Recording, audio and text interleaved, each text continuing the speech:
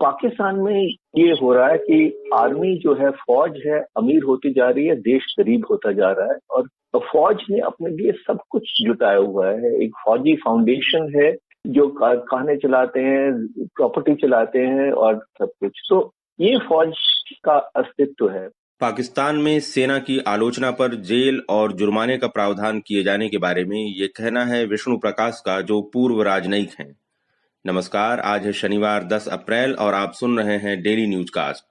पूरी बात सुनते हैं कुछ देर में, उससे पहले एक नजर इस वक्त की बड़ी खबरों पर। कोरोना ने बनाया फिर नया रिकॉर्ड। पिछले 24 घंटे में 1,44,000 से अधिक लोग हुए संक्रमित, 773 लोगों की मौत। इस बीच देश में करीब 10 करोड़ लोगों को लग चुका कोविड से बचाव का टीका। 5 में से 4 राज्यों में मतदान खत्म होने के बाद चुनाव आयोग ने नेताओं और स्टार प्रचारकों को मास्क नहीं पहनने पर दी चेतावनी। कहा, पिछले साल अगस्त में जारी कोविड गाइडलाइंस नहीं मानी तो रैलियों पर लगा देंगे रोक। राष्ट्रीय स्वयंसेवक संघ के प्रमुख मोहन भागवत को हुआ कोरोना। कुछ दिनों पहले हरिद्वार कुंभ में शामिल हुए थे भागवत। इस बीच महाराष्ट्र में नागपुर के एक कोविड सेंटर में लगी आग, 4 लोगों की मौत। कांग्रेस ने फिर उठाया राफेल सौदे का मुद्दा। शुक्रवार को केंद्र सरकार पर लगाया 21,000 करोड़ रुपए के भ्रष्टाचार का आरोप। कांग्रेस नेता राहुल गांधी ने कहा, राफेल से जुड़े सवालों का बिना डरे जवाब दें प्रधानमंत्री नरेंद्र मोदी। नए कृषि कानूनों का विरोध कर रहे किसान आज 24 घंटे तक जाम करेंगे KMP एक्सप्रेसवे। पुलिस ने एहतियात के तौर पर बढ़ाई सुरक्षा, 16 जगहों पर लगाया नाका। रॉयल चैलेंजर्स बैंगलोर ने जीत के साथ किया IPL के 14वें सीजन का आगाज। रोमांचक मुकाबले में मुंबई इंडियंस को 2 विकेट से हराया। बैंगलोर की ओर से 27 रन देकर 5 विकेट लेने वाले हर्षल पटेल बने मैन ऑफ द मैच। अब खबरें काम की। यूपी सरकार का आदेश, 50% कर्मचारियों के साथ काम करें लखनऊ, कानपुर, वाराणसी और प्रयागराज के सरकारी और गैर सरकारी दफ्तर। मुख्यमंत्री योगी आदित्यनाथ ने सुविधा अनुसार वर्क फ्रॉम होम की इजाजत देने की भी कही बात। बिहार में कोरोना की रोकथाम के लिए शाम 7 बजे तक ही खुलेंगी दुकानें। वहीं स्कूल कॉलेजों में 18 अप्रैल तक नहीं होगी पढ़ाई। आम लोगों के लिए बंद रहेंगे धार्मिक स्थल। 50% क्षमता के साथ ही खुलेंगे सिनेमा हॉल। आज का सबसे बड़ा न्यूज पॉइंट है, पाकिस्तान में सेना की आलोचना करने पर 2 साल तक की जेल और 5 लाख रुपए तक के जुर्माने का कानून। पूरी तस्वीर समझने के लिए पूर्व राजनयिक विष्णु प्रकाश से बातचीत की नवभारत टाइम्स के लखनऊ NCR के संपादक सुधीर मिश्र ने। पाकिस्तान नेशनल असेंबली ने criminal law amendment bill pass किया है। इसमें सेना की आलोचना करने या उसका मजाक उड़ाने पर 2 साल तक की जेल और 5 लाख रुपए तक जुर्माना लगाने का प्रावधान है। तो ये जो कानून आया, इस पर आपकी क्या राय है? पाकिस्तानी आर्मी के पास बहुत कुछ छुपाने को है। मैं पाकिस्तान में पोस्टेड था, तो वहाँ इस्लामाबाद में कोई कोठी थी, एक किसकी कोठी है, ये कप्तान फलाने फलाने की है, ये मेजर फलाने फलाने की है जी। पाकिस्तान में ये हो रहा है कि आर्मी जो है, फौज है, अमीर होती जा रही है, देश गरीब होता जा रहा है और फौज ने अपने लिए सब कुछ जुटाया हुआ है। एक फौजी फाउंडेशन है जो कारखाने चलाते हैं, प्रॉपर्टी चलाते हैं और सब कुछ। तो ये फौज का अस्तित्व है। पर अब क्या हो गया कि फौज शुरू से ही राजनीति में बहुत दखल कर रही है जी। और जो कहा जाता है कि इमरान खान साहब चुने गए हैं, पर लोगों के द्वारा नहीं, आर्मी के द्वारा जी। तो पाकिस्तान में अब उसके खिलाफ काफी आवाजें उठने लग गई हैं और पहली बार पाकिस्तान के इतिहास में जो एक नया मोर्चा बना है, पाकिस्तान लोकतंत्र आंदोलन जी। 11 विपक्षी पार्टियों ने इकट्ठे मिलकर ये आंदोलन शुरू किया है। उसमें जनरल बाजवा की निंदा हुई जी। तो और ये और कुछ ऐसे कारण हैं जिससे कि जब आपके पास छुपाने को बहुत कुछ हो तो फिर आप दबाने की कोशिश करते हैं। तो ये कारण है। इन्होंने इमरान खान साहब की सरकार, इमरान खान साहब को प्रधानमंत्री बनाया। वो उनका अब उनको बचाने की कोशिश कर रहे हैं और पाकिस्तान एक प्रेशर कुकर बनता जा रहा है। जी, जब आप कोई जो विचार नहीं प्रकट करने देंगे तो यही होगा कि वो एक तरह से दबता रहेगा और एक दिन फट जाएगा। तो ये स्थिति है वो। मेरे ख्याल से ये स्थिति मतलब ये कानून लाने की जरूरत शायद इसलिए भी पड़ी कि जो विपक्ष में नवाज शरीफ जिस तरह की गोलबंदी कर रहे हैं और उन्होंने सेना और ISI के ऊपर पूरा देश की बदहाली का इल्जाम लगा दिया। मेरे ख्याल से उन्होंने ये तक कहा कि इमरान खान इलेक्टेड नहीं बल्कि सेलेक्टेड हैं कमर जावेद बाजवा और ISI चीफ फैज अहमद के। बिल्कुल जी, मैं वही जो जिक्र कर रहा था आपसे, मैंने वो शब्द इस्तेमाल नहीं किए। जो पाकिस्तान लोकतांत्रिक आंदोलन है जी, उसी की तभी मैं चर्चा कर रहा था। और उसमें नवाज शरीफ साहब तो बाहर हैं पर उनकी बेटी अगुवाई कर रही है और नवाज शरीफ साहब बाहर से उसकी अगुवाई कर रहे हैं। और उन्होंने पहली बार ये हुआ कि इतनी आलोचना हुई फौज की, और यहाँ तक हुआ कि फौज ने सिंध में कराची में वहाँ के जो पुलिस चीफ थे उनको तकरीबन बंदूक के जोर पे हुक्म दिया कि आप मरियम नवाज के पति को गिरफ्तार कीजिए, जो चाहते नहीं थी। तो ये स्थिति आ गई है वहाँ। और अब क्योंकि लोगों की आवाज ऐसे लोग परेशान हैं, लोग महंगाई बहुत है, करप्शन बहुत है, देश में गरीबी है होती जा रही है, तो लोग परेशान हैं और आवाज उठा रहे हैं। तो उस आवाज को दबाने की कोशिश हो रही है। तो ये है और ये पहली बार नहीं है।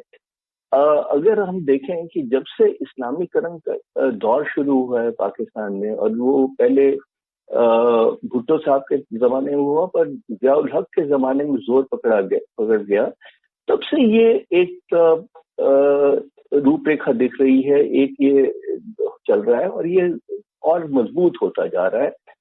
इसमें ईश निंदा कानून भी आया है, बाकी भी आया है।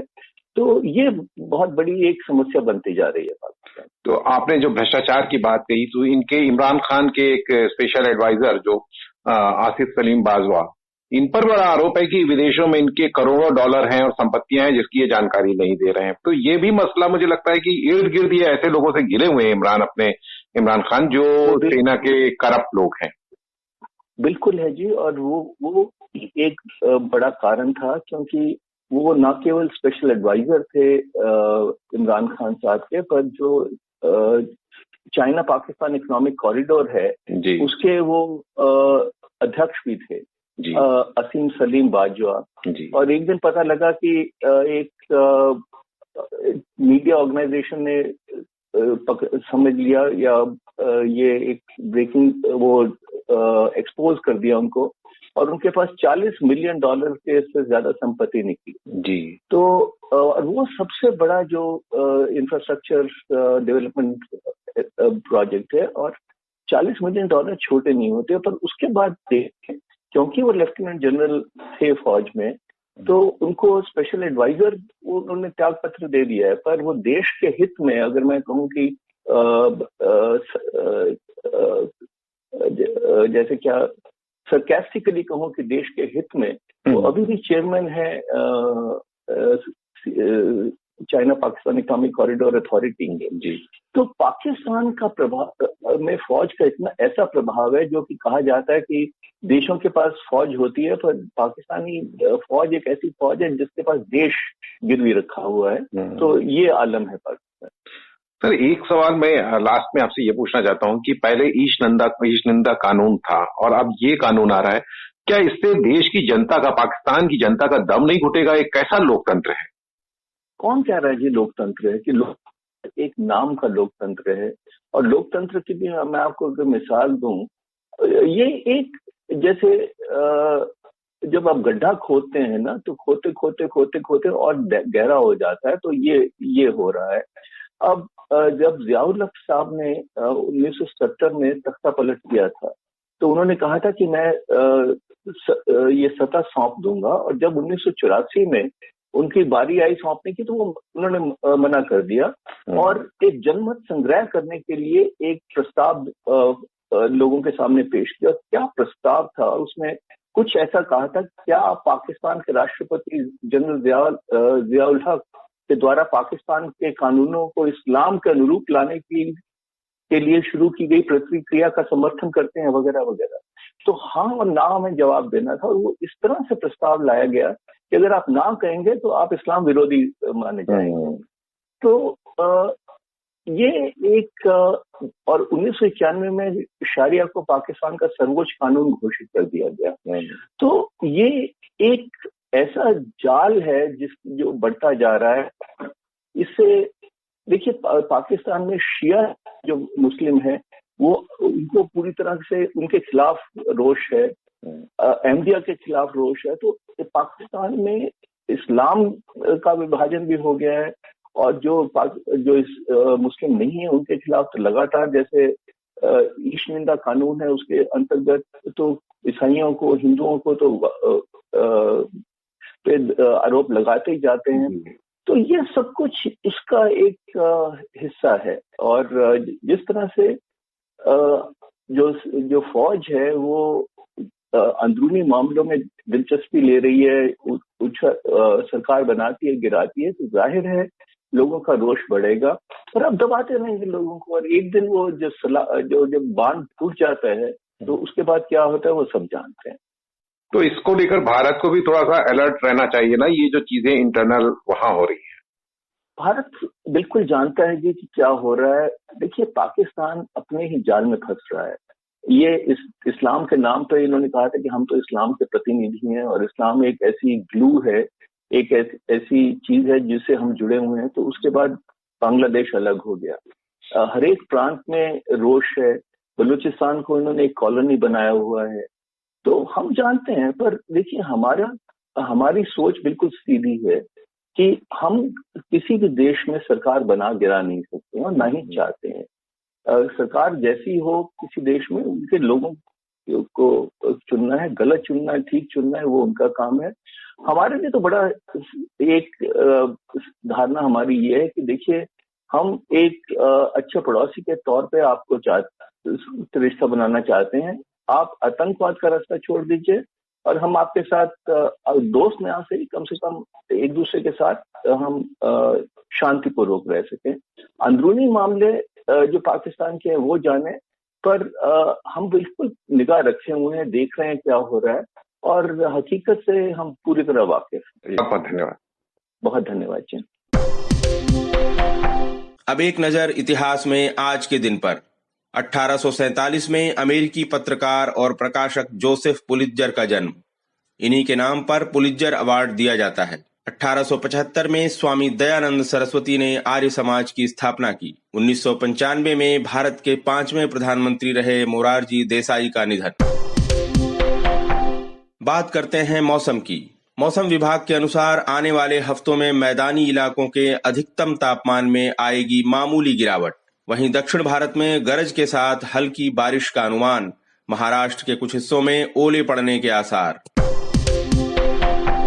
अब बारी सुविचार की। अमेरिकी पत्रकार और प्रकाशक जोसेफ पुलित्जर ने कहा था, किसी भी देश में लोकतंत्र और पत्रकारिता का उत्थान और पतन एक साथ होता है। तो ये था आज का डेली न्यूज कास्ट, जिसे आप सुन रहे थे अपने साथी अखिलेश के साथ। बने रहिए नवभारत गोल्ड पर। धन्यवाद।